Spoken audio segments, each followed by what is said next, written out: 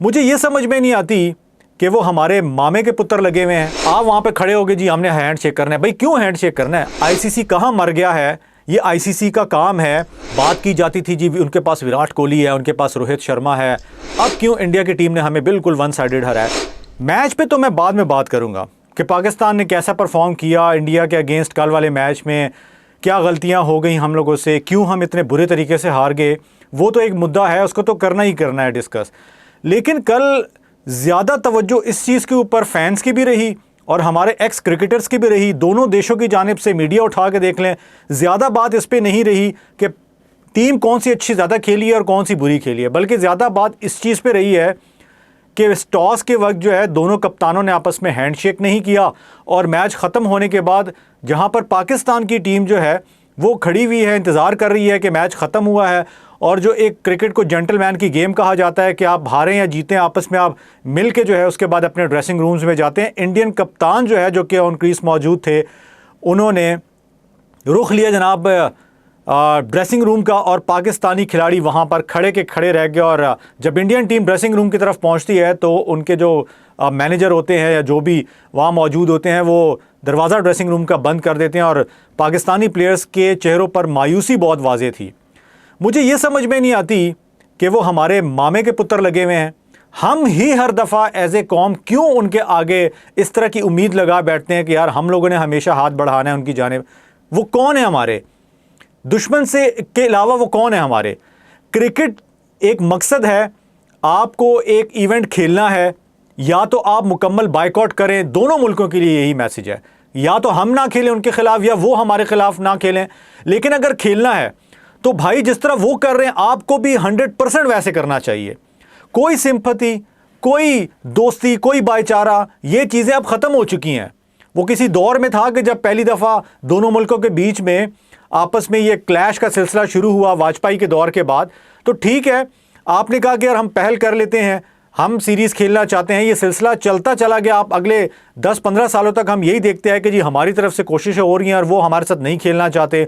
ICC के event में वो मुंह उठा के आ जाते हैं खेलने के लिए।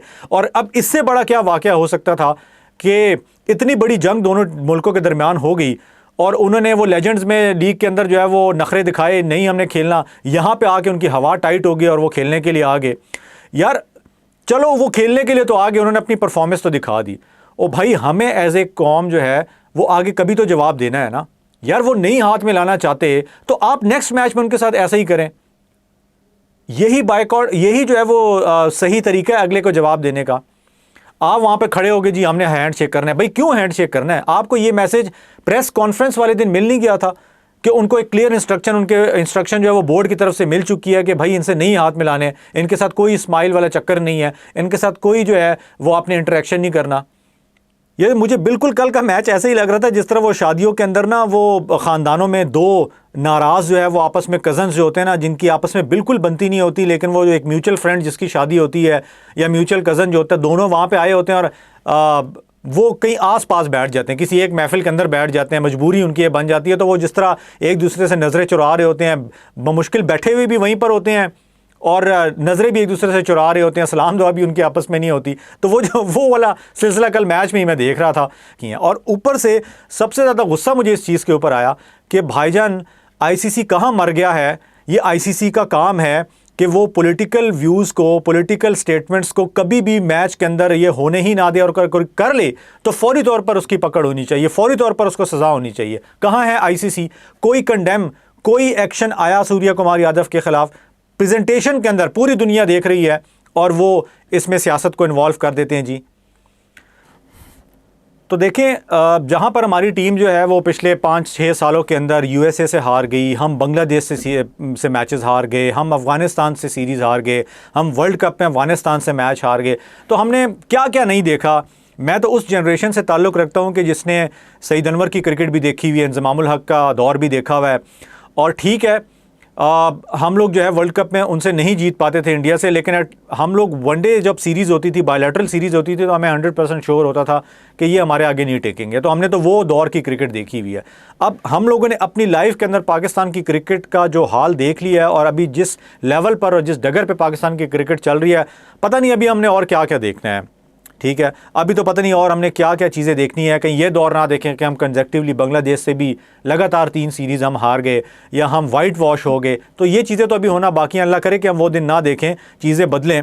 लेकिन देखें, सिंपल सी बात है, अगर वन लाइनर में मैं कहूँ ना कि क्या डिफरेंस था, तो स्किल्स का डिफरेंस था। इंडिया का स्किल्स यहाँ पर है, पाकिस्तान का स्किल्स बिल्कुल ज़मीन पर है। सारी गेम यही है।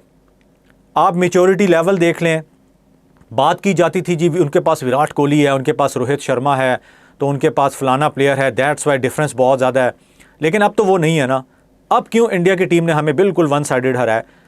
उनके पास भी तो यंगस्टर्स थे बहुत सारे जो कि शायद पहला बड़ा इवेंट खेल रहे होंगे, लेकिन वो तो ऐसी क्रिकेट खेल रहे थे कि बस वो कहीं पिछले 10 सालों से यही इंटरनेशनल जो है वो बड़े इवेंट्स खेल रहे हैं।